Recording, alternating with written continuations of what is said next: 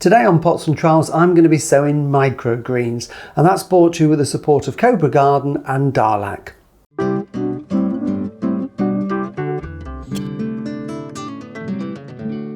Hello and welcome to Pots and Trowels. Well, we're in the middle of winter and we're still getting veg from the garden, the leeks and the parsnips and the Brussels and that type of thing. But sometimes you want something just a little bit different. You want some young, tender, leafy veg that are full of nutrients and vitamins that you can use on side salads or to stir into soups or even put as a garnish on sandwiches. And a very easy way to do that, and it's quick to do as well, is to grow some microgreens. And microgreens are just tiny small plants that we harvest immature and just use them then as we want in the kitchen. And one way you can do that is to use some of your old seeds. If you've got some part packets of all sorts of things like chard or any of the cabbage family, kales and cabbages, beetroots, lettuce, carrots, or even things like peas. Pea shoots are great, and if we sow those indoors on a warm windowsill, we'll get nice strong shoots and seedlings that when they're about an inch or two tall,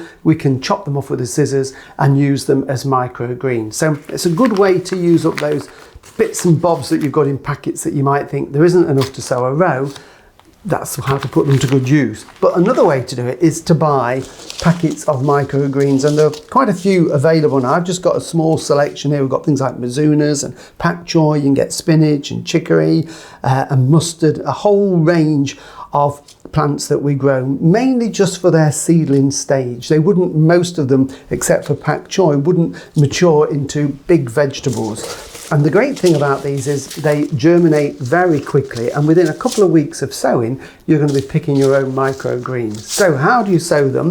Very, very simple. You need some containers. Now, we're thinking small scale here. If you start sowing in big seed trays, you're going to be overwhelmed with microgreens. So the secret is to sow little and often. And if you enjoy them, I would say sow a few on a weekly basis, and then you've got this rolling and continuous supply of your microgreens that you can cut them. And of course, we're doing them now. Here we are coming to the end of January, but we can do these for 12 months of the year. So it's not just a winter thing. We can keep sowing 52 weeks of the year to enjoy them. So what you need are some small seed trays or small shallow pots. And these little seed trays that I've had years and years are ideal. These are actually a quarter size of a normal seed tray, and these are fine, but if you're going to eat more, then you could use sort of a half seed tray. I don't think you'll need anything bigger than that because you'll get a lot of greens in there. And if you haven't got small trays, even plant saucers like this, bear in mind though there's no drainage, so you'd have to be very careful with your watering, but anything that you've got, little shallow plastic dishes, saucers even, would do the trick. So to sow them, you do need a bit of compost. So what I'm going to do here is just put a little bit of compost, and we only literally need enough to cover the base.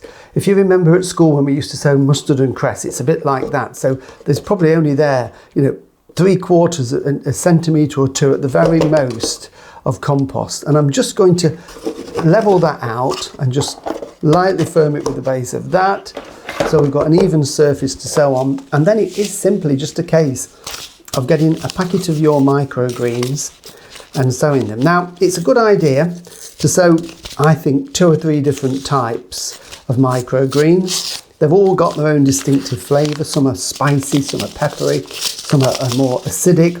So by sowing a mixture, it's good to mix them then together, but I would sow them individually simply because some of them will germinate and grow at a slightly different rate to the others. So it's better to sow one type per container.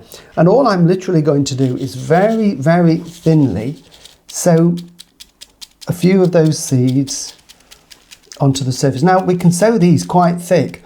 We've been sowing seeds for the last couple of weeks. We did onions and then sweet peas, and I talked about giving the seedlings room to grow and establish. But of course, with microgreens, we want them to be a little bit drawn and to get that length in the stem. So it doesn't matter if we sow them that little bit thicker like that. And there's plenty in a packet to do 4 or 5 trays of that size. So that'll keep you going for quite a while.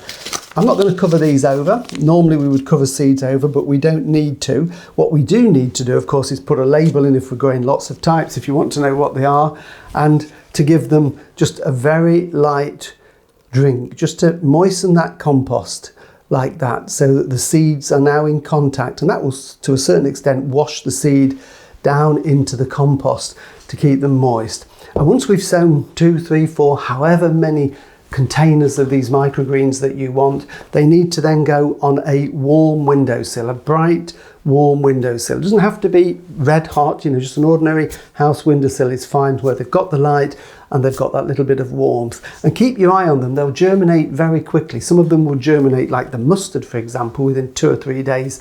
Others might take a week to germinate properly. Make sure they don't dry out. You don't want to let them get too wet and soggy. And what I find is, if you think the surface is drying out just a little bit, I just use a little sprayer like this, and then I can just make sure that I'm just misting them over to prevent them from drying out. Because if they dry out at that stage when they germinate, they will die. And then they will grow very quickly. And as I say, when they're probably about 2 inches tall, it's just a case of get a pair of scissors, chop them off and use them as and when you want them. So great way to get those really fresh, crunchy microgreens. Start sowing now and enjoy them for the rest of the year. Well, thank you for watching Pots and Trowels, and I hope you enjoy your microgreens in a few weeks' time. Next week, we're going to be outside doing some pruning, where we're going to be tackling an old established wisteria. So we'll see you then. Bye.